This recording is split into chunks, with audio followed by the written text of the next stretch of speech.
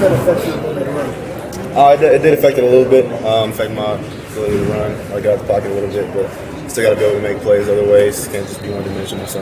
Because of that, did you guys maybe alter some of the play calls or shift away from some of the called runs? No, I wouldn't say so. I was still able to make plays and run. I was still running on it, so I don't think we shifted it too much. While preparing for this game, did you account for that much crowd noise when you were at the line? I don't think it was anything bad. We had some different stuff at the line, different ones. I don't think it was the crowd that made it, but 213. Connor, there's some building blocks from this game that you can take into spring and next season. Yeah, 100%. That's the only thing I can do from it. I can watch the film, get better, and learn, get back to work. What are some of those building blocks, do you think? Like, what do you think you did well? I think I did make some throws. I scrambled sometimes when I needed to. Obviously, I get to see the film, see what all was bad, but I think I got some stuff to carry on. I think I got some stuff to build on, so that's good. Connor, coming into the game, did you have idea of how many, pass attempts you'd have versus, how many times you hand off, things like that? Like, did you, in other words, have a idea of what the workload kind of would be for you? I mean, you always kind of have an idea, but, you never know how the game will go. I didn't think it was going to be anything crazy. I thought we were going to throw it a good amount and run it a good amount. And then as the game went on, obviously we had to start throwing a little more, which is just how it is sometimes. So. What happened on the 2 interceptions? Those bad, no excuses. Got to make better decisions. Were those situations where you knew right away maybe what you did wrong? Yeah, both of them I knew exactly what I did wrong. Got on the second, made a good play, first one else.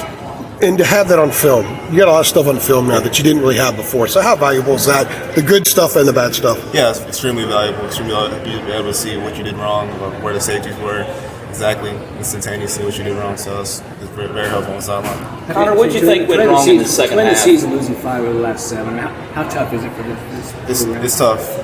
All the guys in the locker room, everybody hates losing. We hate losing. It's a sick feeling in my stomach. But we got to get over it, got to get better. What did you think went wrong in the second half? It seemed like you guys weren't as effective as you were in the first half. What do you think just happened there and what didn't work out? Yeah, I mean, obviously I have to watch the film. It's not one thing to blame, not one person to blame. I think we just got to be better every phase of the game. In those regular season conversations with Coach Lindsay and Mac, have they promised you an opportunity to compete for the starting job next year? Yeah, I will be competing next year. So. What were those conversations like? I'm getting reps. What things do you think you are going to work on for self-improvement to solidify your shot at the #1 spot? Yeah, obviously decision-making, that's a huge part of it. Accuracy and same things that working on to get where I am today, just keep working, building on that. I think I have some pocket presence issues today. Obviously, I'll watch the film and see even more, but the same stuff I'm working on here, that's what I'll work on in the offseason. Keep going. Is having your first start under you now and going into the offseason give you a little bit more confidence knowing that you are going to compete for a job? I guess what kind of comes with that confidence? Yeah, obviously, having a little bit of experience, being out there under the lights is different, so that does give you more confidence, knowing that you've done it. Connor, you had a chance to work out with Max a little bit. He was practicing with you guys the last few days. What are your first impressions on him as a player and as a guy? Yeah, he's a great human, great human. I feel like I haven't watched him throw that much. He can spin it, so we had passing talks, and he's a great person from our few encounters. So. What was the communication like? Matt was talking about some of the things they were trying out in the bowl game and iPads and such. What were some of the things you had to adjust to?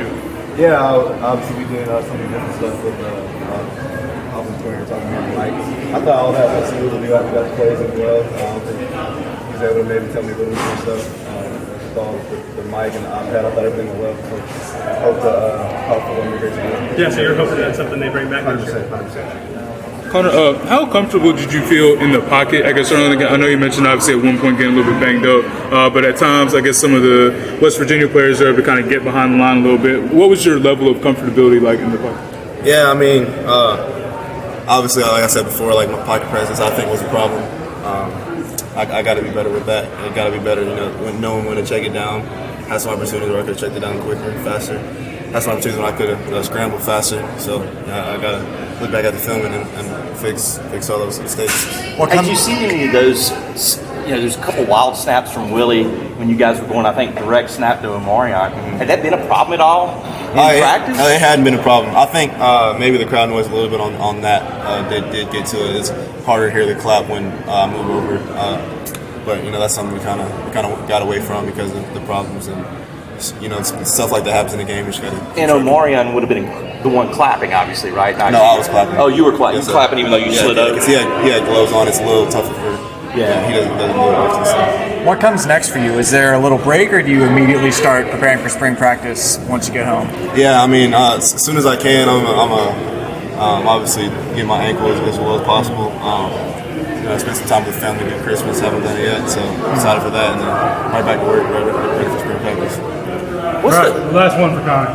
What do you think the mood's like in there, Connor? I mean, you guys were here to start the season and flying high, and now this obviously has been a rough end to it. What would you say the mood in the locker room is like right now, just among the guys? Yeah, I mean, obviously it's somewhat sad time. We got a lot of seniors. Some guys playing their last game here.